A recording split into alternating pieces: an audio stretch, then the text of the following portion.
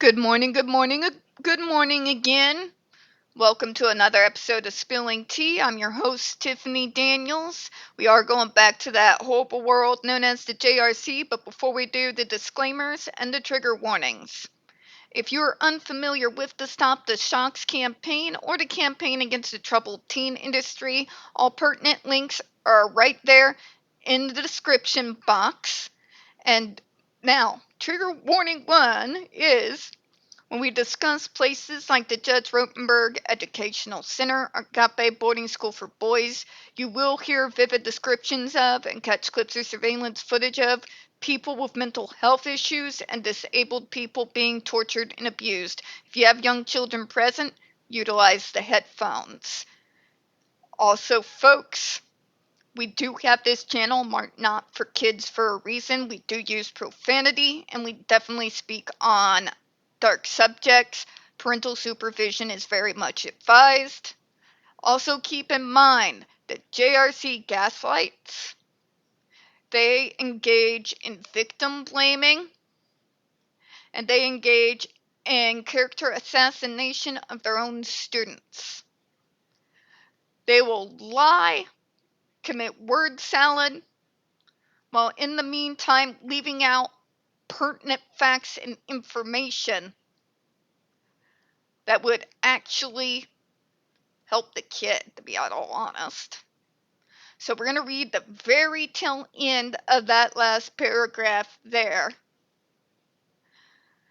And let's see if we get in a rant or not.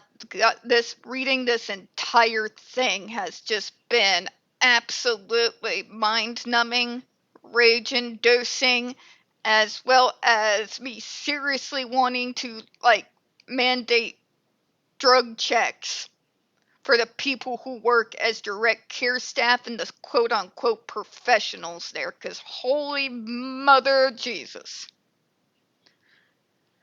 Alright, now because of his large size and strength and the dangerous nature of his injuries, GA required protective padded equipment and the use of a physician-ordered mechanical restraint in the form of a custom-designed steel chair to keep him from hurting himself.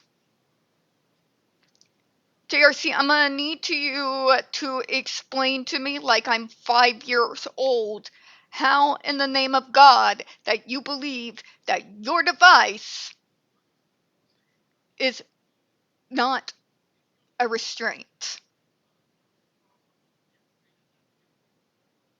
Let's go over the same argument again, shall we? We know that cops, police, oftentimes, when trying to get a hold of a suspect, particularly if that suspect is very self-injurious or aggressive, that these days, before they use their firearm, they use either a stun gun or a taser. Now, why would they use these instruments? Because those instruments, when shooting electricity through the body, causes those muscles to tense and seize up, which restricts pretty much all movement, so that the suspect can no longer attempt to run away. What happens when these types of weapons are used is muscle tension, tingling sensation, and pain. They have been used to drop men well over 200 pounds of solid muscle, high on PCP, to their knees. Those weapons used in those cases are at least 3 times weaker than the so-called weakest form of the GED device. If we're going on JRC logic here, what they want us to believe somehow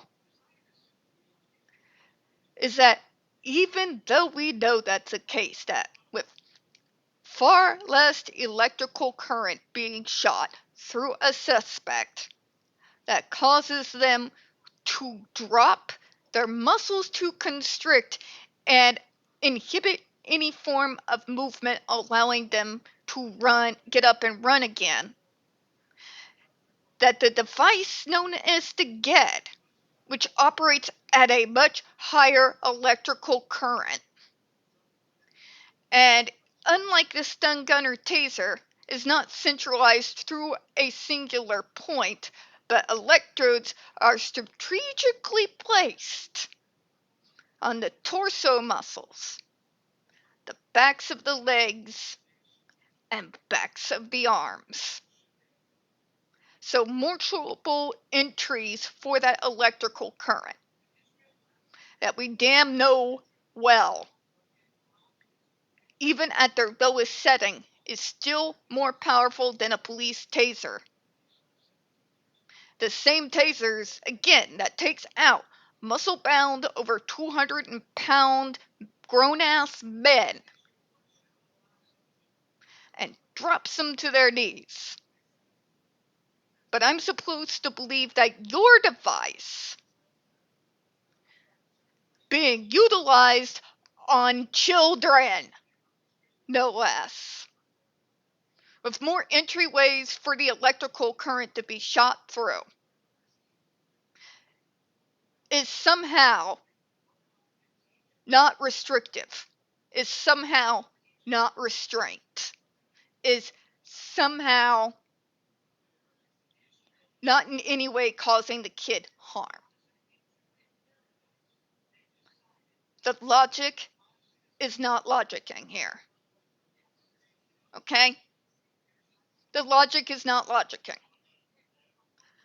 Most of the kids that go into that place, although not all, are about around middle school age. Now, I don't know about you all, but when I was in middle school, I pretty much sat almost permanently between 60 and 65 pounds. I did not exercise at the time. I was no athlete, that is for damn sure. I know goddamn good and well that if I had, at that point in time, been put on a device like that, it would have made it absolutely impossible for me to be able to run.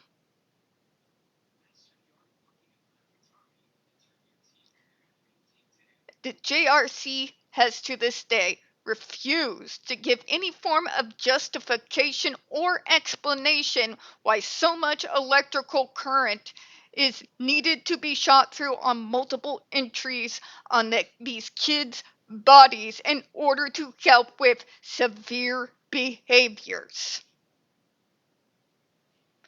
And yet that is somehow less restrictive and not in any form a restraint.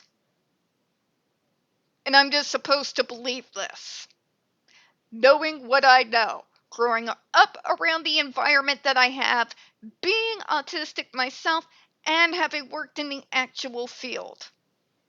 And I'm just supposed to buy this. Sorry, JRC, your appeal to authority fails. Fails. Horrifically so.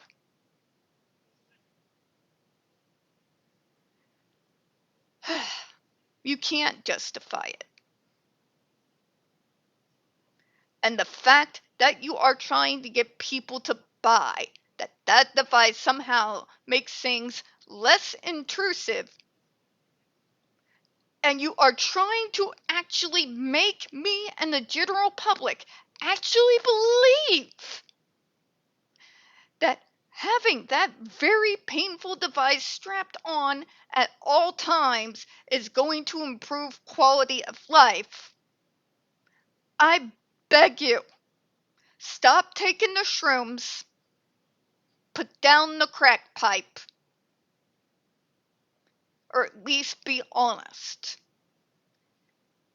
You want to torture us and get money out of it. Alright? Please spare me the bullshit. There are very simple ways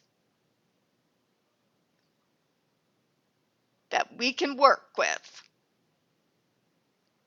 that is going to be able to not force us to go to such lengths.